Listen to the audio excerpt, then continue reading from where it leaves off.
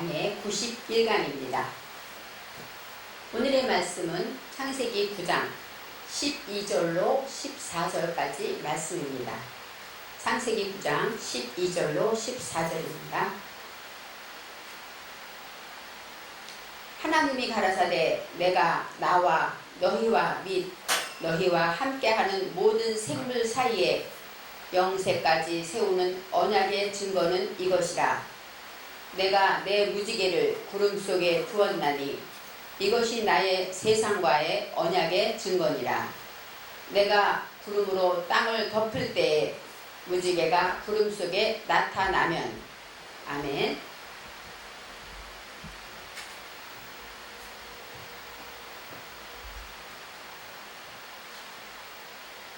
하나님의 은혜로 노아의 방주에서 이제 노아의 8 식구와 모든 생물들이 다 나오게 됩니다. 그랬을 때 노아의 식구들이 가장 먼저 한 일은 무엇일까? 예배를 드렸습니다. 하나님께 제단을 쌓았죠. 번제단을 쌓았는데 예를 들어서 그들은 노아의 방주는 나무였기 때문에 그 안에서 번제를 못 드렸을 거예요. 그렇지만 모든 우리 선조들부터 내려왔을 때 하나님께 제단 쌓는 것, 그것을 배웠고 그대로 했기 때문에 이제 나오자마자 가장 먼저 하는 일은 번제단을 쌓고 하나님께 제물을 드리는 일이었습니다. 방주라는 것은 세상 사람들이 볼 때는 하나님의 심판이고 또 땅의 멸망이며 또 방주 밖의 사람들에게는 무엇이요? 두려움이겠죠. 어느 날 방주가 생기더니 그때부터 비가 오고 우리 모두 죽음으로 인도했습니다. 그런 상황이지만 방주 안에 있는 사람에게는 방주가 어떤 의미일까요? 방주는 바로 하나님의 사랑입니다. 방주는 구원의 역사입니다. 그렇기 때문에 방주 안에 있는 자와 방주 밖에 있는 자는 완전히 다르죠. 이제 방주 안에서 나온 자들, 그들은 어떤 삶을 살겠습니까? 거듭난 삶을 살게 되는 것이죠. 바로 방주라는 것은 바로 하나님을 만나는 그 시기를 말하고 있습니다. 방주에 들어가기 전까지는 하나님에 대해서 모호하고 그냥 하나님이 예배를 드리려니까 드리고 했지만 방주에서 나온 다음에는 어때요? 하나님은 살아계신 분이구나. 그리고 우리를 구원하신 분이구나. 또 우리의 모든 필요를 채워주시는 분이구나 하고 하나님이 살아계심을 확실히 느끼고 체험했을 것입니다. 그래서 그들이 드린 제사는 참으로 살아있는 제사, 예수님이 말씀하신 대로 신령과 진정으로 드리는 예배가 되었을 것입니다. 성경에는 하나님께서는 그 향기를 받으셨다고 합니다. 맡으시고 받으시고 향기를 받으신 다음에 여호와께서 마음에 생각하실 때 뭐라고 하셨냐면 다시는 사람으로 인하여 땅의 모든 생물을 멸하지 아니하겠다 하고 결심하셨습니다. 이제 방주에 들어간 자와 방주에서 나온 자는 완전히 다르죠. 방주에 나온 자는 이제는 구원의 증거를 가진 자고 구원의 확신을 가지고 이제는 정말 모든 생물은 다 없고 하나님이 돌보지 않으면 우리는 살 수 없는 그런 상태가 되었습니다. 그리고 또 하나님의 자녀가 되는 권세를 받게 되었습니다. 하나님께서는 이들을 이제는 멸망하지는 않지만 이들을 양육하기 위하여서 심음과 거둠과 추위와 더위와 여름과 겨울과 낮과 밤이 쉬지 아니하리라. 물론 자연현상을 말하고 있죠. 하지만 이 상황은 그전에도 있었어요. 하나님이 말씀하신 것은 우리 영혼을 거두기도 하시고 깨닫기도 하시고 재난도 주시면서 우리를 하나님의 품으로 하나님의 사람으로 만들어 나가신다는 것입니다. 하나님께서는 노아와 노아의 아들에게 복을 주셨습니다. 그리고 또 말씀하시기를 다시 새로운 권세를 주셔요. 그러면서 하나님께서 땅의 모든 짐승들을 너희들의 손에 붙이겠다. 노아와 노아의 아들들의 손에 붙인다고 하십니다. 이제 땅에 나와 있는 방주에 있던 모든 짐승들, 살아있는 그 짐승들이 이제는 노아를 보면 어떻게 합니까? 두려워하고 무서워하게 된다고 합니다. 그리고 또 한 가지, 하나님께서는 노아의 식구들에게 모든 동물들을 먹을 수 있게 먹이로 허락하십니다. 그전에는 채소만 먹었는데 어떤 분들이 그러더라고요. 노아의 시대 이후로 육식을 먹게 되었다 이렇게 말하는데 그건 성경에 있는 이야기는 아니지만 여기서 말할 때 채소처럼, 채소는 뭐예요? 허브큐 같이 SA브라서 허브큐처럼 상큼하고 또 많은 사람을 살리는 그런 것들을 바로 채소, 우리에게 영향을 주는 그런 말들을 할 때 채소라고 말합니다. 그런 것들을 우리가 먹고 그것으로 양식을 삼아야 되는데 이제는 동물도 먹을 수 있다. 바로 짐승도 먹을 수 있는 권세를 받았다는 것이죠. 내 안에 어떤 짐승의 속성, 가축의 뱀이나 아니면 또 돼지나 개나 이런 모든 이런 속성을 가지고 있는 내 안에 있는 말 못하는 벙어리 같은 그러한 것들이 다 이제는 나의 먹이가 될 수 있는 거예요. 내가 소모하고 내가 지키고 내가 처리할 수 있다는 것입니다. 예수님 하나님께서는 모든 것을 다 주시면서 조건이 핏째 먹지 말아라 그랬어요. 그래서 예전에 선지 먹으면 죄다 이렇게 생각했어요. 그런데 제가 생각해 보니까 소고기, 불고기를 이렇게 썰어도 피가 들어있어요. 우리가 피를 맛없으니까 뺀다고는 하지만 피가 완전히 뺄 수가 없더라고요. 그래서 핏째 먹지 말라가 예전에는 선지를 먹지 말라는 거구나 이렇게 생각했지만 제가 히브리어를 공부하고 나니까 이 피는 어떤 뜻이냐면 땀입니다. 땀은 붓다, 피, 그 다음에 무엇을 담다 이런 뜻이 있어요. 바로 피라는 것은 생명이기 때문에 피에는 생명이 있다고 성경에 나와 있죠. 그래서 피는 생명의 피이기 때문에 하고 하나님께서 말씀하시죠. 이 생명이라는 것은 네페시인데 네페시는 영이라는 뜻도 있고 목숨이라는 뜻도 있고 혼이라는 뜻도 있고 여러 가지로 사용됩니다. 그렇지만 네페시는 우리 모두는 하나입니다. 나 자신이죠. 바로 나 자신이 피가 있을 때 살아있다는 거예요. 피가 없으면 우리 예수님도 십자가에서 피를 다 쏟으시고 죽으셨잖아요.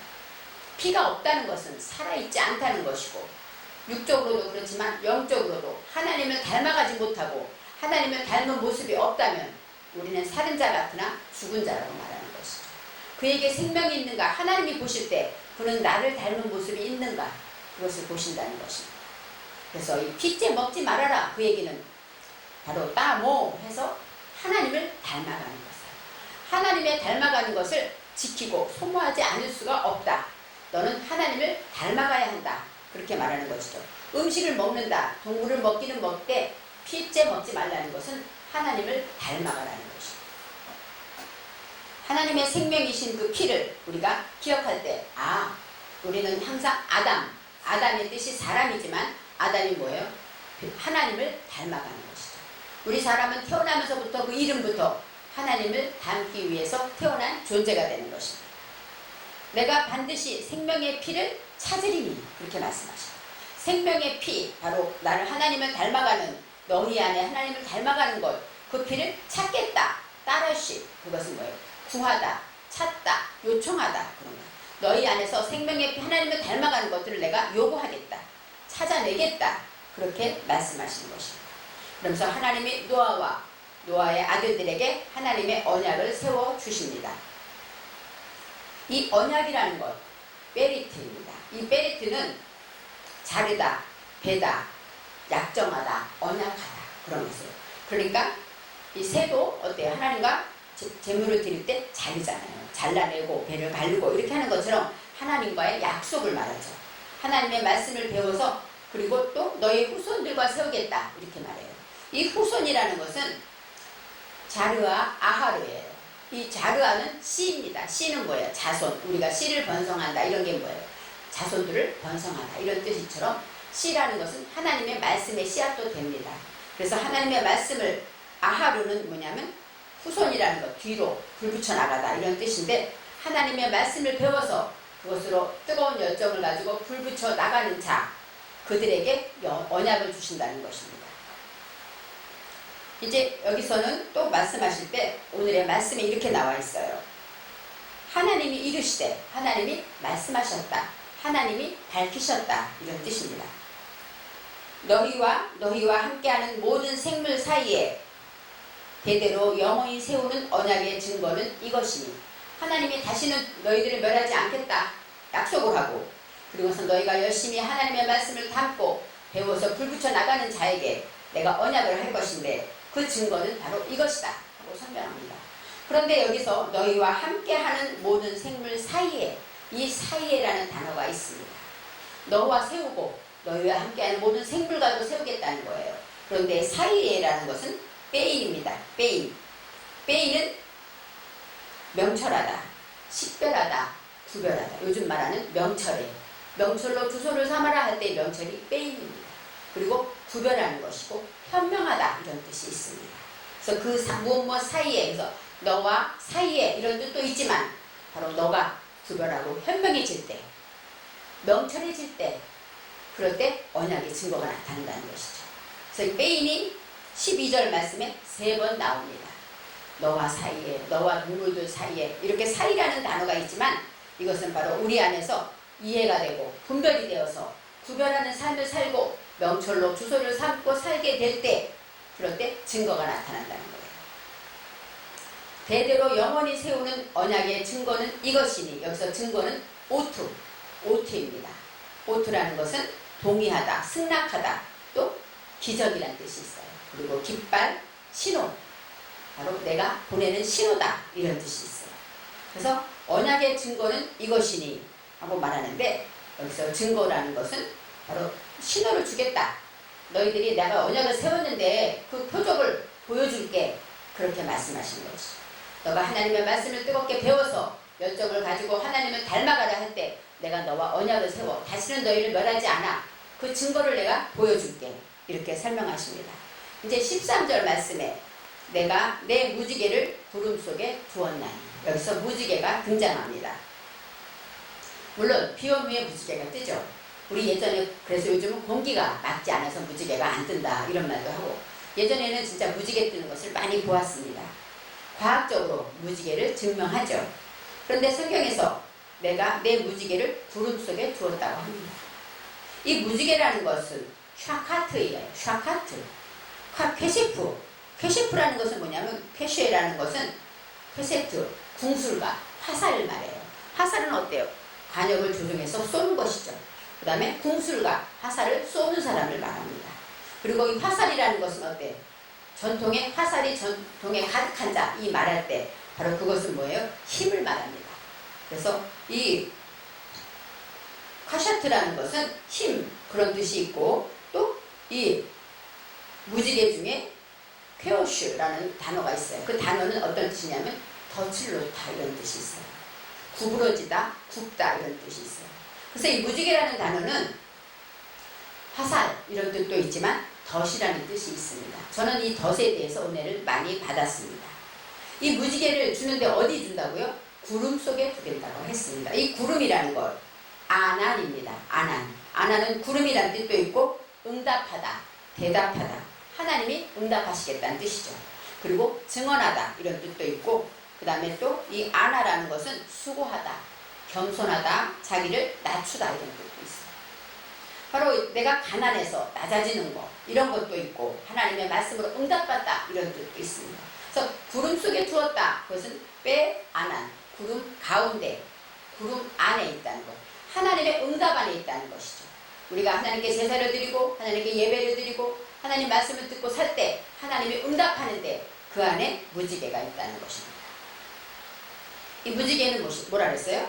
화살이고 활이고 덫이라고 했어요. 이 덫은 뭐 할 때 씁니까? 짐승을 잡을 때 놓죠. 우리에게 유익한 짐승은 잡지 않죠. 해로운 짐승, 나를 괴롭게 하고 우리에게 피해를 주고 우리에게 없어야 될 그런 짐승을 할 때 덫을 놓습니다.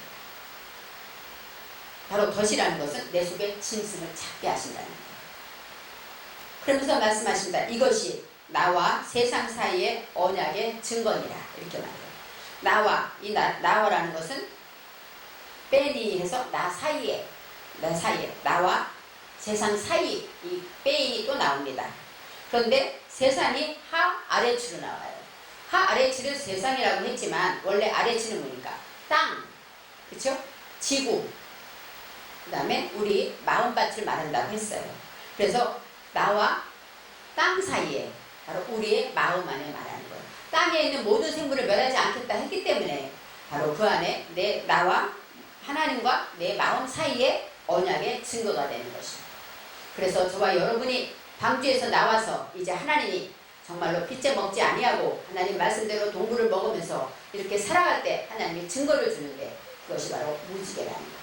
바로 하나님의 무기예요. 어떤 무기? 짐승을 잡는 무기가 되는 것입니다. 우리가 내 속에 있는 모든 화와 모든 무지와 이런 것들을 잡아버리지는 못합니다. 하지만 하나님의 능력으로 하나님의 약속의 무지개, 그 말씀의 응답 안에 있는 그 무지개를 잡게 되면 그 모든 것을 잡아내게 됩니다. 14절 말씀에 내가 구름으로 땅을 덮을 때 이렇게 말해요.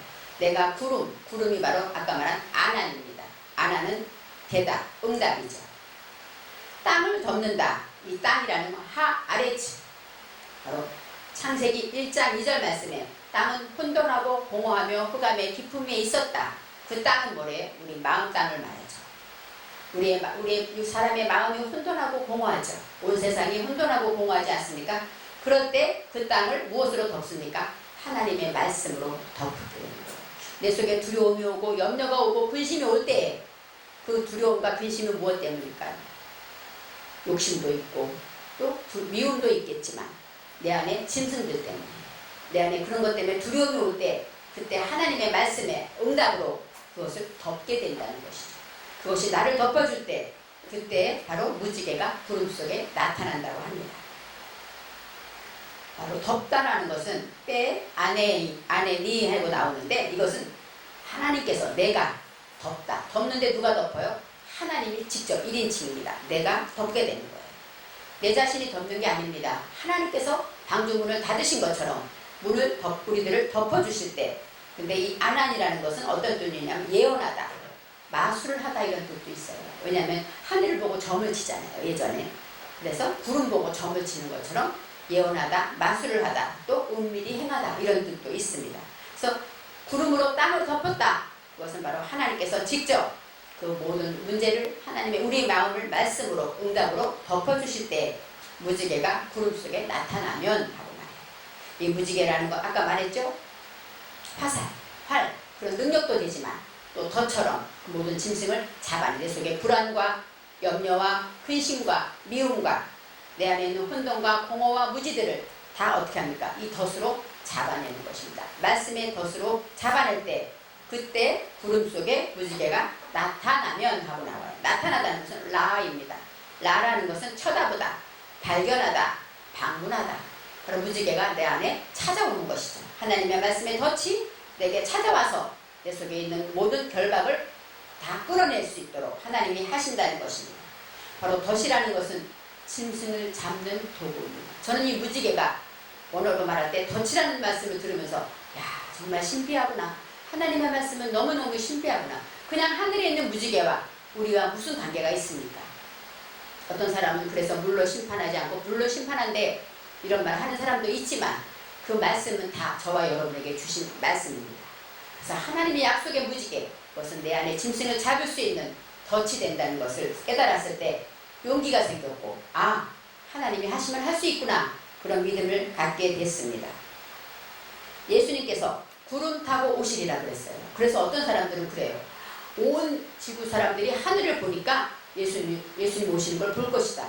그런데 아무리 생각해봐도 지구는 둥글기 때문에 온 사람이 다 한 시간에 하늘을 볼 수는 없잖아요.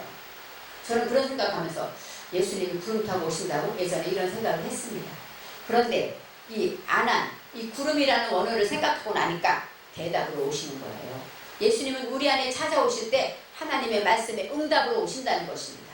우리가 말씀을 듣고 하나님 용서해 주세요 했을 때 용서하는 응답으로 우리에게 찾아오시는 것이죠. 그래서 구름 타고 오신다는 것은 바로 이렇게 하나님의 말씀에 대답으로 응답으로 오신다 할 때 이해가 되고 그런 뜻이구나 하고 제가 깨달아 알게 되었습니다. 비온 후에 무지개라는 것은 다시는 물로 심판하지 않겠다 하는 약속을 주셨죠. 그런 무지개가 아니라는 것이 아닙니다. 그것도 분명히 하나님의 약속이고 하나님의 뜻입니다. 하지만 우리 자신에게는 다시 한번 이렇게 하나님의 말씀으로 우리 안에 응답을 주겠다고 하시고 나를 겸손하게 낮추시고 말씀을 드릴 때 하나님 마음 안에서 하나님의 응답이 찾아올 때 그때 내 안에 덫이 생기는 것이다. 무지개가 생기는 것입니다. 내 속에 짐승을 잡는 덫이 세고 또 궁술가가 쏘는 궁술가는 어떻게 해요? 관역을 맞추는 거잖아요. 내 속에 무엇이 있는가 그것을 직접 겨냥해서 맞추는 그런 힘과 능력을 얻게 될 때 우리는 내 속에 모든 죄악을 잡아낼 수가 있습니다. 그래서 하나님을 닮아서 정말로 피째 먹지 않는 하나님의 모든 동물을 먹되 하나님을 닮아가고 하나님이 기뻐하는 삶으로 나아갈 수가 있는 것입니다.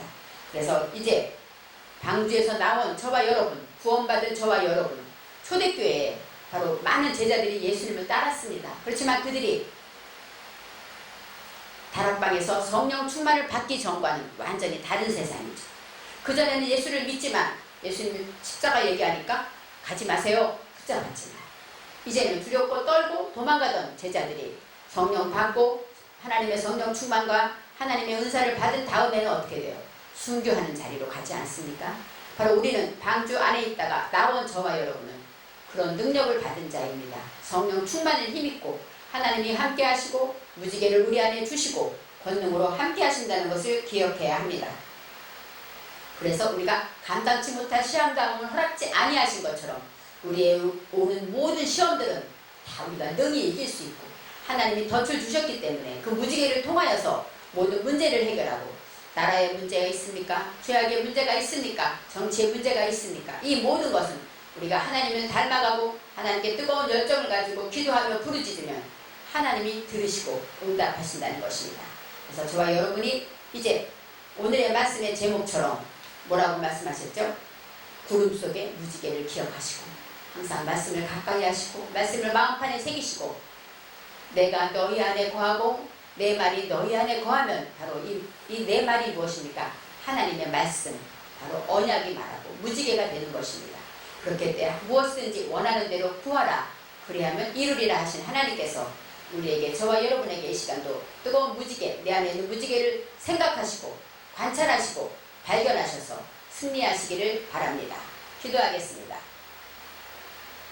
참으로 좋으신 하나님, 방주 속에서 나온 노아와 노아의 아들들과 또 많은 동물들에게 하나님이 언약의 무지개를 주셨습니다.